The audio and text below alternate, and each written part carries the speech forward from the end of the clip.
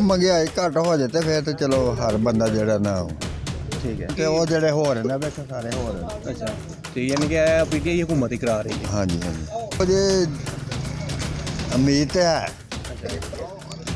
पर मुश्किल ही वास्ते इन्ना मुल्क महंगाई घट करनी।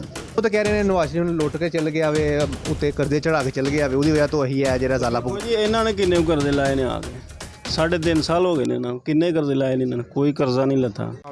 बस ਕੀ ਹਾਲ ਚਾਲ ਹੈ?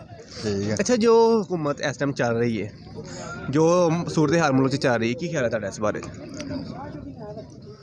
महंगाई घट हो जाए तो फिर तो चलो हर बंदा जो ना ठीक है होर तो कोई गल नहीं ऐसी। यानी कि सिर्फ महंगाई की वजह तो आवाम तंग। हाँ भाई तो होर की कम तो वो जेडे हो रहे हैं बेच सारे हो रहे हैं। अच्छा ठीक यानी कि पीटीआई हुकूमत ही करा रही है। हाँ जी हाँ जी ਤੇ ਮਤਲਬ ਕਿ ਜਿਹੜੀਆਂ ਉਮੀਦਾਂ ਹੈ ਨੇ ਇਮਰਾਨ ਖਾਨ ਤੋਂ ਜਿਹੜੇ ਵਾਅਦੇ ਕੀਤੇ ਨੇ ਉਹ ਪੂਰੇ ਕਰਨ ਦੇ ਜਾਂ ਕਰ ਰਹੇ ਨੇ? देखो जी उम्मीद तो है ਅੱਛਾ पर मुश्किल ही वास्ते इन्ना मुल्क महंगाई घट करनी की वजह से की ਉਹ ਕਹਿੰਦੇ ने कि पिछली हुकूमतां ਦੀ वजह ਤੋਂ ਸਾਰਾ कुछ। नहीं नहीं पिछे माए 50-55 रुपये खंड सी 50-55 रुपये खंड सी 60-65 तेल सी ते हुण वेखो किते दा किते टुर गया। सही अल्लाह जाने ਉਹਦੇ बस ਦਾ ਰੋਗ ਨਹੀਂ ਜਾਂ ਕੀ ਆ। ਤੇ ਤੁਹਾਡੇ ਹਿਸਾਬ ਨਾਲ ਕਿਹੜੀ ਹੁਕੂਮਤ ਹੋਣੀ ਚਾਹੀਦੀ ਹੈ ਜਿਹੜਾ ਬੰਦਾ ਕਿਹੜਾ ਕਿਹੋ ਜਿਹਾ? ਨਾ ਤਾਂ ਨੇਕ ਕੋਈ ਆਦਮੀ ਆਵੇ ਅੱਛਾ ਤੇ ਉਹ ਸਹੀ ਇਮਾਨਦਾਰੀ ਨਾਲ ਕੰਮ ਕਰੇ ਤੇ ਠੀਕ ਹੈ। ਕੋਈ ਹੈਵੇ ਨੇ ਇੱਕ ਇਸ ਟਾਈਮ ਤਾਂ ਨਜ਼ਰ ਆਉਂਦਾ ਪਿਆ ਕੋਈ ਪਾਕਿਸਤਾਨ ਦੇ ਵਿੱਚ ਕੋਈ ਹੁਕਮਰਾਨ ਜਿਹੜਾ ਪਾਕਿਸਤਾਨ ਵਾਸਤੇ ਸਹੀ ਹੋਵੇ?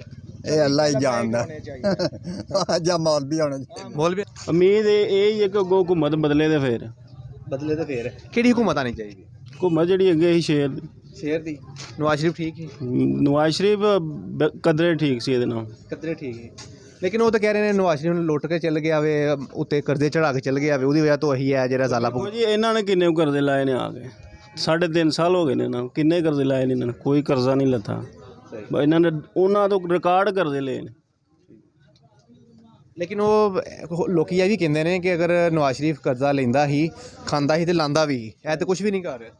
ਇਹ ਹੁਣ ਆ ਕੇ ਜੇ ਕੋਈ ਸਾਡੇ ਇਲਾਕੇ ਦੇ ਵਿੱਚ ਹੁਣ ਆ ਕੇ ਕੋਈ ਥੋੜਾ ਕੰਮ ਹਿੱਲਿਆ ਅੱਛਾ ਉਹ ਵੀ ਆ ਤੁਹਾਡੇ ਸਾਹਮਣੇ ਵੀ ਸੂਰਤ ਹਾਲ ਉਹ ਵੀ ਅਨਕੰਪਲੀਟ ਕੋਈ ਮੁਕੰਮਲ ਨਹੀਂ ਹੋਇਆ।